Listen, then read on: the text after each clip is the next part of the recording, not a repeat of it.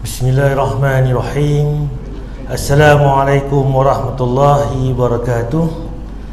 Innal hamdalillah nahmaduhu wa nasta'inuhu wa nastaghfiruh wa na'udzu billahi min shururi anfusina wa min sayyiati a'malina. May yahdihillahu fala mudhillalah wa may yudlil fala hadiyalah. Asyhadu an la ilaha illallah wahdahu la syarikalah wa asyhadu anna Muhammadan abduhu wa rasuluh. Amma ba'd. Yang saya hormati Tuan Imam Ustaz Burhan, Presiden Kuasa Masjid Al-Ghafur pada Latif Perleh, tuan-tuan pepada Allah sekalian. Pertama sekali marilah sama-sama kita manjatkan rasa syukur kita kepada Allah Subhanahu Wa Taala kerana limpah kurnianya, dengan rahmatnya dia beri masa kepada kita, dia beri tenaga, dia beri kesihatan, dia beri kesempatan pada pagi ini dapat sama-sama kita hadir untuk sama-sama kita solat subuh berjemaah, kita dapat sama-sama kita sambung kuliah mingguan kita. Kita pada hari ini tuan-tuan, tarikh 6 Oktober bersamaan dengan 18 Safar. Pagi tadi tuan-tuan saya nak mai tadi, kami kagak hujan ni. Ish, nak mai tak mai tahu subuh ni hujan.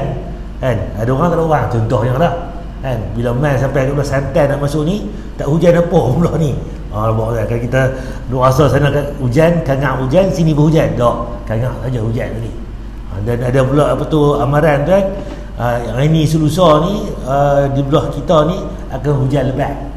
Dan Sabah Sarawak boleh berhujan dah, bahkan boh kan di sana. Kita kena beringat lah. Dalam 2-3 hari ni mungkin hujan tu lebat sikit pada hari lain. Kita pada hari ni kita tengok satu bab berkaitan dengan bab jual beli, iaitu apa dia? Haram hukumnya jual beli anjing. Macam mana cerita ni? Kan, sebab kita ni tak ada nak jual beli anjing ni. Cuma kalau berlaku tuan, macam mana cerita dia? Apakah ancaman dia? Dosa ke sebagainya? Sebab apa tak boleh dan sebagainya? Kita rujuk balik apa yang Nabi kata dan Allah beritahu tentang hukum jual beli anjing ni. Itu tuan. Sebelum saya nak pergi ke tajuk kita hari ni, kita akan tengok sikit tentang qabliyah subuh saat iqamat.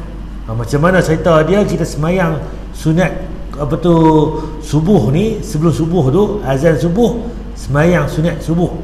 Dan ketika itu pula orang iqamat, orang qamat. Kan tadi azan pukul 5.57 contoh masuk waktu subuh. Kemudian tunggu 15 minit ke 10 minit lebih untuk Bilal akan bangkit, akan iqamat. Macam mana cerita dia? Kita nak tengah semayang tu nak berhenti ke, nak terus ke? Yang baru nak mula boleh tak boleh sebagainya. Itu tajuk kita tambahan ini tuan. Donasi dakwah Yufid. Yuk berikan amal jariah terbaik Anda untuk dakwah dan pendidikan Islam.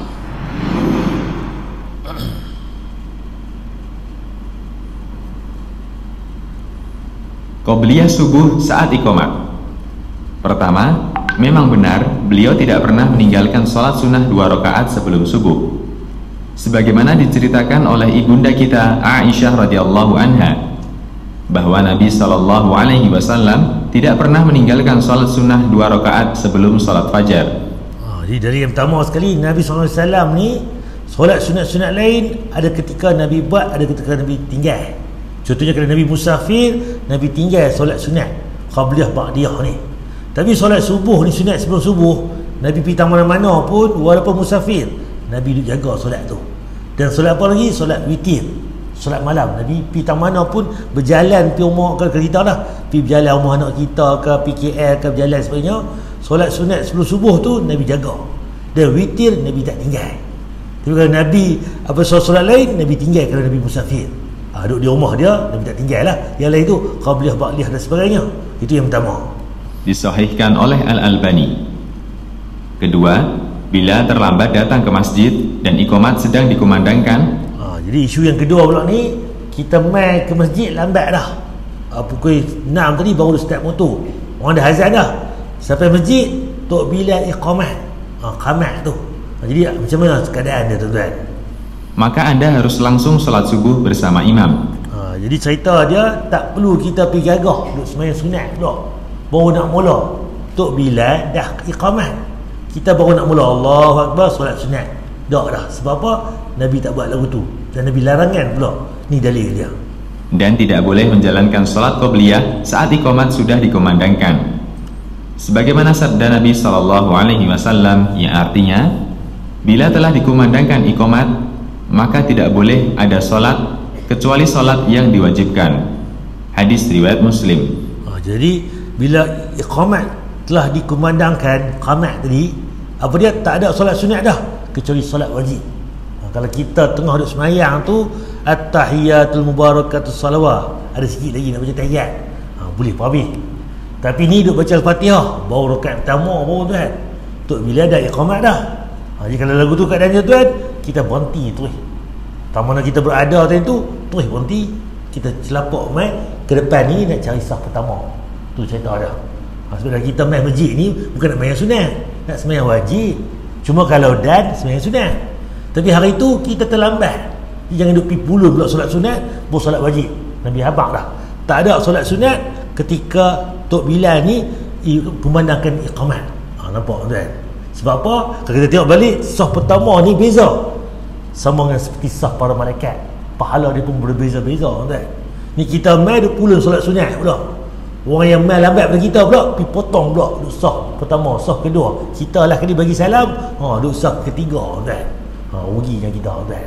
Nampak tuan? Jadi lepas ni tuan, kukuk jadi lagu tu jangan pulun duk pedau habis. Tak apa semayang patuk ayam laju-laju. Dia dilarang untuk benda tu. Kita pergi lagi. Ibnu Buhainah mengatakan, suatu hari dikumandangkan iqamat untuk salat subuh. Lalu Rasulullah Shallallahu Alaihi Wasallam melihat seseorang salat padahal muadzin sedang mengumandangkan iqamat. Maka beliau mengatakan, apakah kamu salat subuh 4 rakaat? Hadis riwayat Muslim. Nampak tuan? Seorang ni duduk semayang sunat tuan. Tok bila ada iqamat, Nabi pilih dia semayang subuh ni 4 rakaat ke? Yang ada pergi semayang juga ni. Orang nak semayang subuh dah ni 2 rakaat. Yang ada pergi tambah 4 ke apa? Itulah bahasa kita tuan. Sebab apa? Tadi ni orang duk iqamat, dia duk pulun semayang. Ada tuan, kita kena berhenti tuan, kita mai solat wajib subuh itu. Memanglah kita belajar pula, siapa yang solat sunat sebelum subuh khairu minad dunya wa ma fiha. Lebih baik dunia dan isi dunia. Kita semayang tadi ni, amal-amal kita tadi ni, kalau ikut mai masjid solat 2 rakaat, tahiyatul masjid pukul mai awal tadi, lepas tu duduklah rehat sat. Sekali lagi Tok Imam bangkit, Tok Bilal bangkit, azan subuh, semayang subuh. Tapi tak, bila orang azan subuh tu, kita bangkit pula buat 2 rakaat. Sebab apa? Pahala dia tu lebih baik dunia dan isi dunia. Harum manis kan tuan, serelung tu dia 80 pokok kata. Serelung setengah 80 pokok, sepokok kata 1000, tu dia 80,000 dah. Kaya dah kita tuan. Tu baru serelung tanah. Ni dunia ni berapa relung tuan? Satu perlis kita banyak-banyak relung dah. Satu Malaysia berapa dah? Ni satu dunia tanah. Bukan tanah saja tuan, dunia dan isi dunia. Tanah tu, dalam tanah tu lagi mah ke belian ke harta apa, minyak ke apa, seliter minyak pun kita tak sangka dah. Awaklah minyak mahal ni RM2.20. Kalau ni minyak murah sikit RM1.7 contohnya. Tu pun kita rasa kan. Biarkan pahala solat sunat sebelum subuh lebih baik dunia dan isi dunia. Sebab tu kita pulun. Tapi bila orang iqamat, jangan pulun dah, sebab kita main lambat hari tu. Bila pula esok ni main awal tuan, baru kita pulun tuan. Diriwayatkan dari Ibnu Buhainah juga bahwa Rasulullah Shallallahu Alaihi Wasallam melewati seseorang sedang sholat, padahal iqamat sholat subuh telah dikumandangkan. Nampak? Nabi satu hari Nabi dalam masjid, ada orang ni duk pulun sembahyang sunat, iqamat telah duk dikumandangkan dah. Apa Nabi kata tuan? Maka beliau pun mengatakan kepadanya sesuatu yang tidak aku ketahui. Lalu ketika kami selesai, kami berusaha mencari tahu. Kami mengatakan, apa yang dikatakan Rasulullah Sallallahu Alaihi Wasallam kepadamu? Dia menjawab, hampir saja salah seorang dari kalian sholat subuh 4 rakaat. Hadis riwayat Muslim. Jadi Nabi nampak dia ada orang duduk pulun semayang sunat, dan kan iqamat telah dikumandangkan. Jadi cerita dia sepatutnya tinggal yang tadi tu mai pulun, tapi lelaki tadi duduk pulun semayang. Nabi bisik, Nabi cakap dekat lelaki tadi. Orang yang tengok tak tahu dia kata apa. Dah habis semayang berjemaah, dia pun nak cari apa yang Nabi kata dekat lelaki ni. Jadi bila dia bertanya lelaki tu, apa yang Rasulullah kata ke engkau? Dia kata, adakah solat subuh ni 4 rakaat? Seolah macam peli dah. Solat subuh ni 2 rakaat saja. Yang pergi tambah 4 ni pasal apa? Sebab dia tambah 4, 2 rakaat tadi ni. Sebab apa? Bila iqamat tu dah kita nak bangkit semayang subuh dah. Tu jadi itu keadaan dia. Ketiga, sebaiknya Anda mengqadha salat qabliyah subuhnya setelah itu. Kalau kita termai lambat, mai apa? Lah pukul subuh tadi pukul 6 5:49 kata. Kemudian kita mai lambat, orang dah azan dah. Kemudian nak sembahyang sunat sebelum subuh. Orang dah iqamat dah. Kita boleh qada sembahyang tu selepas sembahyang subuh. Apa dalil dia? Ni dalil dia. Sebagaimana pernah terjadi di zaman Rasulullah sallallahu alaihi wasallam. Qais mengatakan, Rasulullah sallallahu alaihi wasallam pernah suatu ketika keluar lalu dikumandangkan iqamat salat. Maka aku pun salat subuh bersamanya. Kemudian beliau beranjak pergi dan mendapatiku akan salat. Beliau mengatakan, "Sebentar wahai Qais, apakah dua salat bersamaan?" Aku pun mengatakan, "Ya Rasulullah, sebenarnya aku belum sholat 2 rakaat qabliyah fajar." Maka beliau mengatakan, "Jika demikian, maka tidak apa-apa." Hadis riwayat Tirmidzi dan disahihkan Al-Albani. Okey, satu ketika ni seorang sahabat dia mai sembahyang berjemaah dengan Nabi, habis bagi salam, laki ni bangkit pula buat 2 rakaat. Lepas tu bila tengok lagu tu, Nabi pun heran. Nabi tanya tadi, adakah solat subuh ni 4 rakaat? 2 kali subuh ke hang sembahyang ni? Jadi bukan sembahyang dah dengan aku tadi. Yang bangkit lah ni nak buat apa pula? Contoh lagu tu. Apa dia kata? Aku tadi mai lambat. Jadi aku qada lah ni solat sunat sebelum subuh tadi. Aku buat lah ni selepas subuh. Nabi kata apa? Nabi mengiyakan. Boleh. Cerita dia sekali-sekala tu kita mai lambat, kita boleh qada solat sunat sebelum subuh tu. Tapi 5 kali hari-hari ni dia mai lambat, lepas habis subuh imam bagi salam semua, dia bangkit pula dia sembahyang hujung tu. Tak betul lah, sebab tak sunnah. Sunnah ni kadang-kadang tak apalah terbabas. Kok kita mai lambat. Nampak ni dalilnya. Boleh tak kita qada lepas subuh? Boleh. Ni dalil dia tadi. Keempat, mengqada salat sunnah yang waktunya tertentu dibolehkan bila tertinggalnya salat sunnah tersebut tidak sengaja. Tak sengaja tuan. Bukan kata hari-hari ni duduk bangkit lewat. Tu memang sengaja lah. Ejah lah masa kita bangkit mai awal. Kok hari tu kenuri kemarin ni 5 buah kenuri. Kena kambing, kena ayam, kena gulai, kena rebung semua. Orang habis. Bangkit pagi ni dia jadi apa? Miau sikit, balok liat sikit. Tu cerita lain. Memang terlambat subuh. Ni tiap hari mai lambat. Tu tak betul. Sunnahnya mai awal. Kadang-kadang kita ada lah dalam seminggu ke sebulan tu hari-hari yang terlajak sebenarnya. Tu cerita lain. Karena mengqada adalah keringanan bagi mereka yang punya udzur. Dan orang yang meninggalkan dengan sengaja tidak memiliki udzur. Wallahu a'lam. Dalil dari pembedaan ini adalah sabda Rasulullah sallallahu alaihi wasallam yang artinya, barang siapa yang ketiduran atau lupa sehingga tidak salat witir, maka hendaknya ia salat witir ketika ia ingat atau ketika ia bangun. Hadis riwayat Tirmidzi dan yang lainnya dan disahihkan Al-Albani. Sama juga kalau kita semalam ni nak buat witir, tidak malam tu, tiap malam lain dia bangkit 3-4 pagi buat witir. Tapi malam tu kita balik lina-lina subuh dah. Macam mana boleh dah buat witir? Boleh qada witir. Bila? Selepas subuh tu tunggu matahari naik dulu. Matahari naik tinggi baru kita qada balik solat witir semalam ni. Dan dalil yang sebut tuan-tuan, sebetulnya selepas solat sunat sebelum subuh ni Nabi beritahu bila nak qada dia ketika matahari naik. Pukul apa? Pukul 8 tu. Qada solat sunat sebelum subuh tadi. Cuma tadi ni laki tadi ni Nabi mengiyakan. Tapi waktu yang betulnya bukan selepas subuh tu qada. Jauh sikit. Pukul 8, 9, 10 tu itu waktu qada sebenarnya. Tapi kalau kita ni kadang-kadang terbabas tu gagah lah. Tapi kalau lepas habis subuh duduk bangkit buat 2 rakaat, sebab Nabi larang pula tiada solat sunat selepas subuh. Nampak? Sampai bila? Sampai matahari naik baru boleh buat. Duha ke, solat apa ke, terpulang pada tuan-tuan. Tapi tunggu matahari naik dulu. Ni dalil dia. Okey, tajuk kita tuan-tuan tentang solat sunat no. Kalau tuan-tuan main lambat nanti tengok dan tak dan. Dan lagi ni buat 2 rakaat sebelum subuh. Jadi buat dan tak dan try pi dah. Dia kata Bilal iqamat selagi bonti tak mana yang kita duduk sembahyang tu. Duduk rukuk ke, duduk sujud ke, duduk baca Fatihah ke, bonti terus kita jalan mai ke cari saf yang pertama tuan.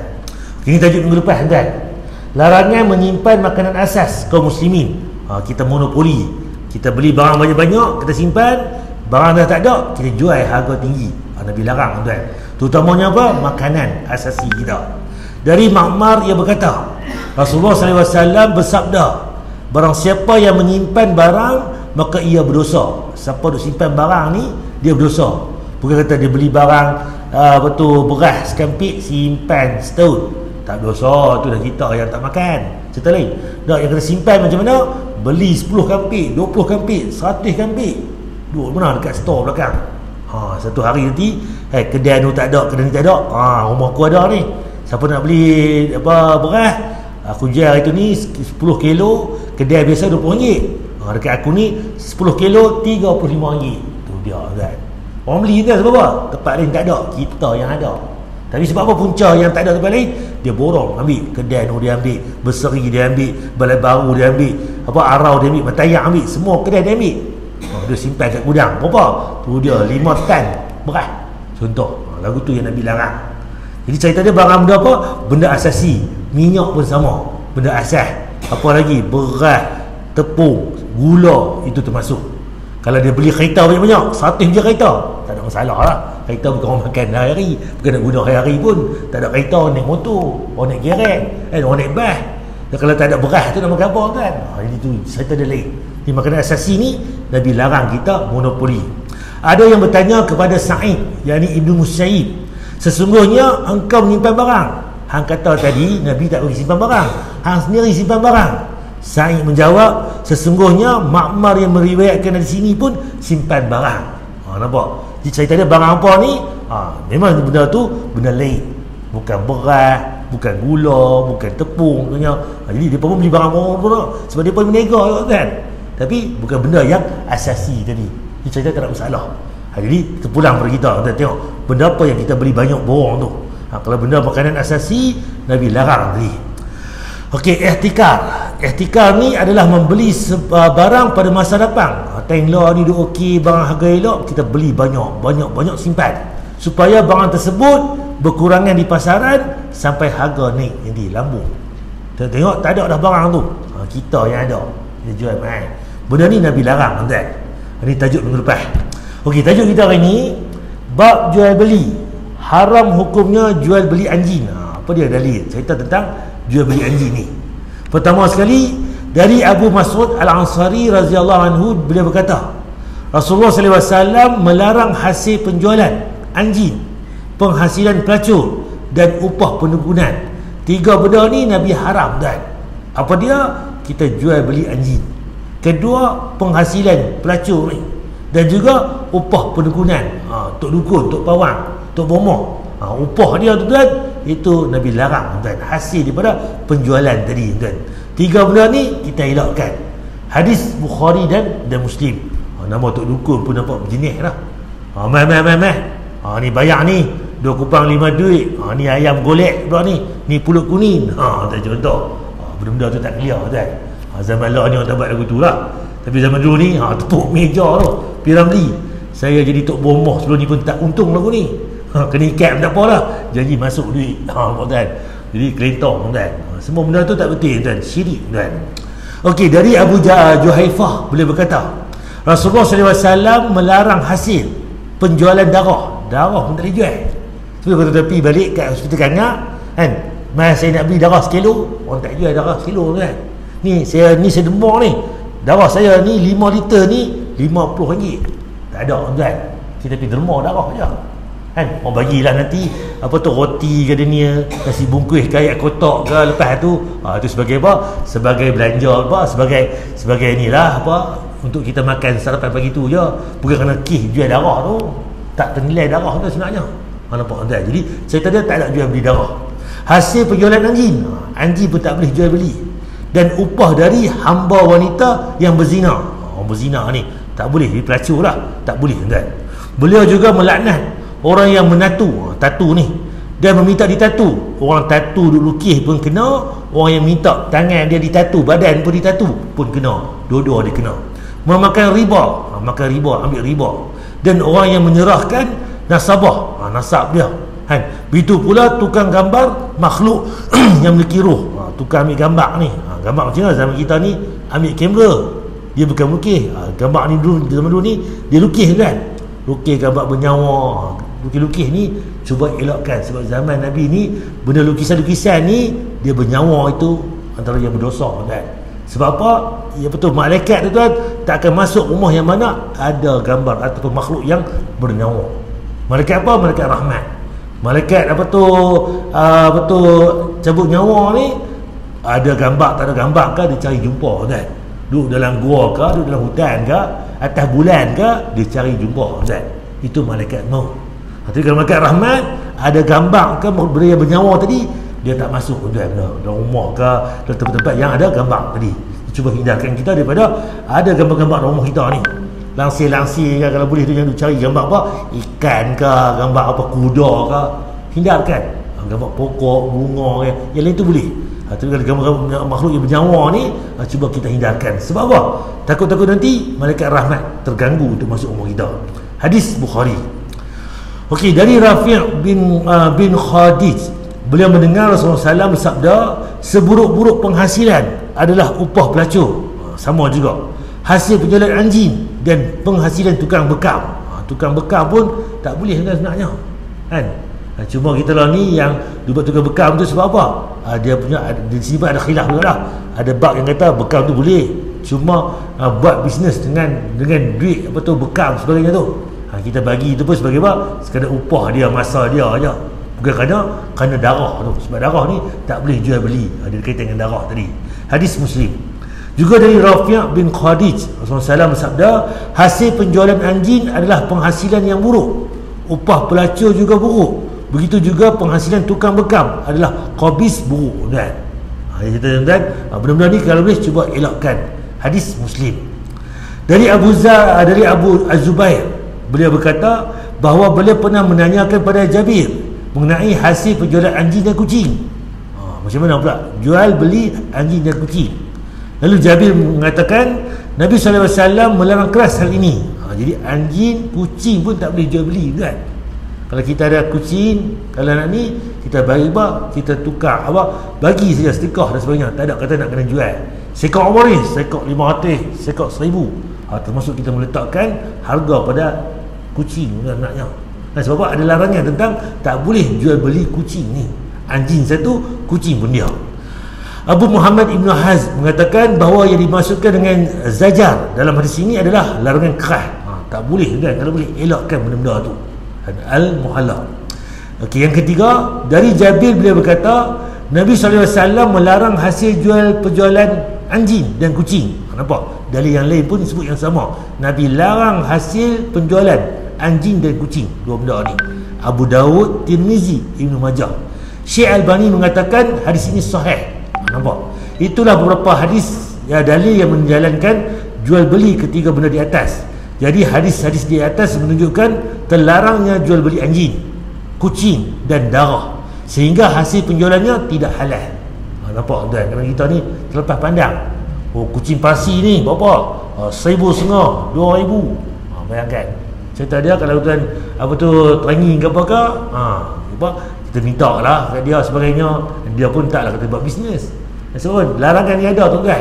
Cuma kita ni, saya bukan jual kucing, saya jual makan dia, apa bela dia ni. Kucing ni makanan dia apa sekilo RM10, RM20, RM30 bodoh kan. Mahal pada kita. Kita kata menung pun sekilo RM10. Kucing makan sekilo RM20, RM30. Mahal pada kita kan. Zaman lah ni. Okey, kita tengok lagi tuan-tuan. Apakah seluruh jenis anjing dan kucing termasuk larangan di atas? Adakah semua jenis anjing kucing? Memang ada perselisihan pendapat tentang masalah ini. Sebagai ulama membolehkan hasil penjualan anjing yang memiliki kegunaan, seperti anjing yang digunakan untuk berburu, menjaga haiwan ternakan dan tanaman. Jadi memang ada khilaf, ada dalil kan. Anjing ni kalau nak bela ada 3 benda aja. Jaga kebun, harum manis ke, kebun apa ke, jaga ternakan kita, bela kambing 100 ekor, 200 ekor, lembu ke apa ke, dia jaga. Ataupun untuk kita berburu, kita pergi buru dia, tembak binatang burung ke apa ke, dia pergi tangkap burung tu, pergi tangkap rusa ke apa, itu lain. 3 benda ni boleh kan. Tapi kalau saja awak bela anjing ni, saja sonok comel tengok ni, ada buat lagu tuan-tuan, tak boleh. Sebab apa? Ada larangan kan, ni dalil dia. Begitu juga dengan kucing. Sebagai ulama memperbolehkan jual beli haiwan ini kerana adanya kegunaan untuk berburu, buru tikui, serangga, cicak. Kalau ada benda tu nak ni, ya. Tapi kita beli kucing dah bukan nak buru. Dia nampak tikui, buat tak tahu kan. Kita dulu ni kalau kucing tu nampak tikui, pekam, tak ada yang tunggu kan, dia pergi cari dulu. Lah ni kucing lah jalan pemalas kan. Nampak bezanya. Ni semua ni kan dibincangkan sebab atas kegunaan tuan-tuan. Okey, jadi anjing dan kucing dan darah tidak boleh dijual belikan. Ketiga benda ini boleh diperolehi dengan jalan lain. Seperti apa? Pemberian secara percuma tanpa proses jual beli. Begitu juga hal ini berlaku pada menderma darah. Itu jawapan dia. Ibnu Hajar rahimahullah mengatakan para ulama berselisih mengenai apa yang dimaksudkan dengan hasil penjualan darah. Ada yang dimaksudkan dengan upah dari tukang bekam. Ada pula yang memasukkan secara tekstur dia bahawa yang terlarang adalah jual beli darah, sebagaimana terlarang juga jual beli bangkai khinzir ke, iaitu sama haram. Hal ini adalah berdasarkan ijma' ulama berbincang. Itu yang berlaku. Okey, cuma saya sentuh sikit. Tadi jual beli tak boleh dah. Lah apa cerita kan? Kita bela anjing dah. Dah tak boleh jual beli, kita bela lah ustaz. Macam mana? Dan apa dalil dia? Mereka bertanya kepada aku, wahai Muhammad, apakah makanan yang dihalalkan bagi mereka? Bagi menjawabnya, katakanlah, dihalalkan bagi kamu memakan yang lazat-lazat serta baik dan buruan yang ditangkap oleh binatang-binatang pemburu yang telah kamu ajar untuk berburu mengikut cara pelatih-pelatih binatang pemburuan. Kamu mengajar serta melatihnya adab peraturan berburu sebagaimana yang telah diajarkan Allah kepada kamu. Oleh itu, makanlah dari apa yang mereka tangkap untuk kamu dan sebutlah nama Allah atasnya ketika kamu melepaskannya berburu, dan bertakwalah kepada Allah dengan memelihara diri daripada memakan yang diharamkan Allah. Sesungguhnya Allah Maha cepat hitungan hisabnya. Al-Maidah ayat 4. Nampak Allah ajak kita. Kalau kita bela anjing tadi nak berburu boleh, tapi masa nak lepas tu bismillah, dia pergi tekam sekali lagi benda apa, binatang busa ke apa tu, binatang apa yang ada tuan, itu untuk kita tuan. Sebab kita ajak dia cara untuk kita latih dia. Dia bukan binatang macam anjing lain ni. Anjing ni anjing dilatih. Okey, itu yang pertama. Dari Abu Hurairah pula Rasulullah SAW sabda, barang siapa yang memelihara anjing, maka amalan solehnya akan berkurangan setiap hari sebesar satu qirat. Satu qirat adalah sebesar gunung Uhud. Selain anjing untuk menjaga tanaman dan haiwan ternakan ataupun berburu tadi. Hadis Bukhari. Nampak tuan? Bela anjing boleh tak? Boleh bela anjing, tapi ruginya satu hari hilang satu pahala bukit. Bukit apa? Bukan bukit Jernih, bukan bukit apa Gunung Medan tengah tu. Ni bukit Uhud tuan. Tuan-tuan pergi buat haji tuan, umrah tuan, nampak bukit Uhud besar tuan, panjang pula. Itu pahala kita. Bayangkan satu hari bela anjing hilang satu qirat pahala. Nak beli satu qirat tu dah jenuh tuan. Nabi apa? Siapa pergi sembahyang jenazah, ziarah jenazah dapat satu qirat. Nak pergi sembahyang jenazah pun dapat satu qirat. Nampak? Tiba-tiba kita bela anjing 5 hari, 5 bukit hilang tuan. Bayangkan. Bela setahun. Syok-syok bela, tak boleh tuan. Kalau nak bela tadi, jaga harum manis, gagahlah. Nak bela tadi sebab apa? Kita ada apa tu, lembu 50 ekor, kambing 20 ekor. Untuk jaga kita punya ternakan. Itu boleh. Jaga apa lagi? Jaga apa untuk berburu. Itu boleh. Sebab apa? Ada tujuan. Kalau sekadar nak jaga saja, nak bela sonok-sonok, tak boleh tuan. Contoh tuan, hukum memanfaatkan anjing. Jadi kalau nak manfaat dia boleh tadi. Sebab apa tadi? Untuk tanaman, untuk haiwan ternakan atau anjing buruan. Semua ulama sepakat. Contoh tuan, ni anjing buruan tuan. Contoh tuan. Okey. Depa ni, geng-geng apa tu hunter lah ataupun pemburu. Ni orang putihnya. Nampak anjing mereka berlatih tuan. Okey, senyum tuan. Depa pergi tempat ni, depa pergi tembak burung. Tu. Dia tembak burung, ni, burung atas. Sekejap lagi dia lepas anjing dia tuan, nampak. Burung atas tu. Tembak, jatuh, anjing akan pergi tekam nanti. Anjing tekam tadi kalau dia latih, dia pergi bukan nak makan untuk dia. Dia latih tu untuk dia ambil bomel kat tuan dia. Kalau tuan belajar benda tuan sains tuan, kalau anjing tu tak dilatih, dia akan keluar ayat liak tu untuk diri dia makan. Dia main kuman tuan. Kalau berlatih benda tu, binatang tu dia tokok tadi, binatang tadi bermain kat ni, tak ada hukuman apa, bukan untuk dia, dia tak keluar enzim tu. Tu sains kata. Tapi Nabi abang dah, Allah ajak sendiri, kena ajak binatang ni macam mana cara nak berburu. Bukan kata ambil jumpa haji di jalan, suruh buru dah, dia kena latih waktu burung besar kan. Ni di luar negara tu bagaimana mereka latih haji mereka untuk ni. Tapi Allah alam lah, kalau tengok dia ni masalah lah. Kalau kita Islam pula, bismillah, lepas haji tadi bismillah, dia akan pergi tekan tangkap tuan. Ni dah ni je apa dia punya yang Nabi ajak tu kan. Contoh yang ada lah apa tu, burung tadi, dia keluar kalau tak pergi tangkap tadi, dia terbang balik tuan. Tu contoh je tuan. Tapi lagi sikit lagi tentang ni. Okey, melatih haji buruan kan. Rupanya tuan, nak latih haji ni bukan senang. Contoh laki ni latih haji ni macam mana cara tuan? Ni cara melatih haji untuk berburu kan. Kita pilih kan. Okey, ni haji ni memang awal kosong lagi. Okey, macam dia buat. Okey, kalau tuan perasan tu kat poket dia tu, beg dia berkeluar satu burung merpati ke burung apa, nampak? Dia ajak kan, dia lepas burung kan, dia pakai wisin kan, nak berlatih. Dia picit tu contoh untuk masa dah, lepas ada bercari tak berjaya pun, tangkap burung hilang, nampak mudah kan. Dia panggil pula ni tu, dia bagi burung yang kedua pula, nampak dia kena ajak dia picit ke apa tu, lepas bebek mungkin 2-3 kali 4-5 kali. Jadi kan bukan senang kan. Macam kita lah belajar baca dulu pun tak tu tak apa semua tu, alif bata 1 2 3 kan, ABC kan. Jadi burung ni pun haji dilatih. Nampak kan. Jadi cerita dia dilatih. Bagi dia kenal dulu benda apa yang dia nak pergi tu. Jadi ni cara untuk latih. Jadi cerita dia bukan senang tu kan. Dia nak senang bukan senang kan. Contoh. Okey, ni tentang cara latih. Okey, lagi tuan. Nabi sebut tadi, siapa yang berhaji dengan sengaja, satu pahala Bukit Uhud hilang tuan. Ni diharap tuan, yang benar tuan untuk ni. Tu belakang tu, itulah Jabal Uhud yang ada bukit, yang ada lampu-lampu ni. Tu Bukit Uhud kan. Mereka satu pahala Bukit Uhud hilang satu hari berhaji. Kalau 5 hari 5 bukit hilang. Kita nak beli selori tanah pun tak sanggup dah. Berapa selori tanah ni? 100 selori. Weh, mahal dah. Tu baru selori. Ni bayangkan satu Bukit Uhud panjang kan. Satu hari hilang pahala kita. Kalau kita bela apa? Bela saja-saja bela haji. Jadi kalau kita nak bela haji ni untuk jaga tanaman kita, boleh. Nak jaga untuk apa lagi? Untuk apa tu, ternakan, boleh. Untuk apa lagi? Untuk berburu, boleh. Cuma kalau kita tengok balik, kalau boleh tu hindarlah. Rencah kan nak belanja ni, nak kena samuk, nak kena nak kena ni, panjang cerita. Tapi kalau ada keperluan, tak ada masalah. Kalau syok-syok pula, dia akan makan pahala kita balik. Dan jelas tak?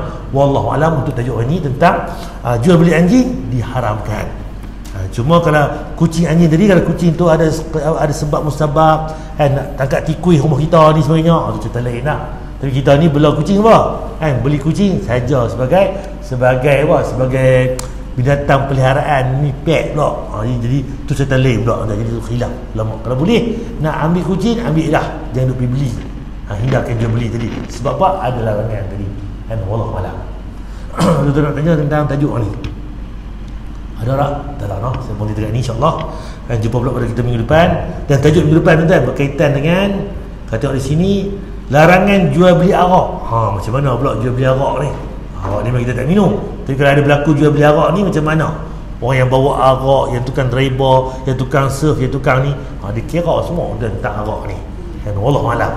Subhanakallah wa bihamdika, asyhadu an la ilaha illa anta, assalamualaikum warahmatullahi wabarakatuh.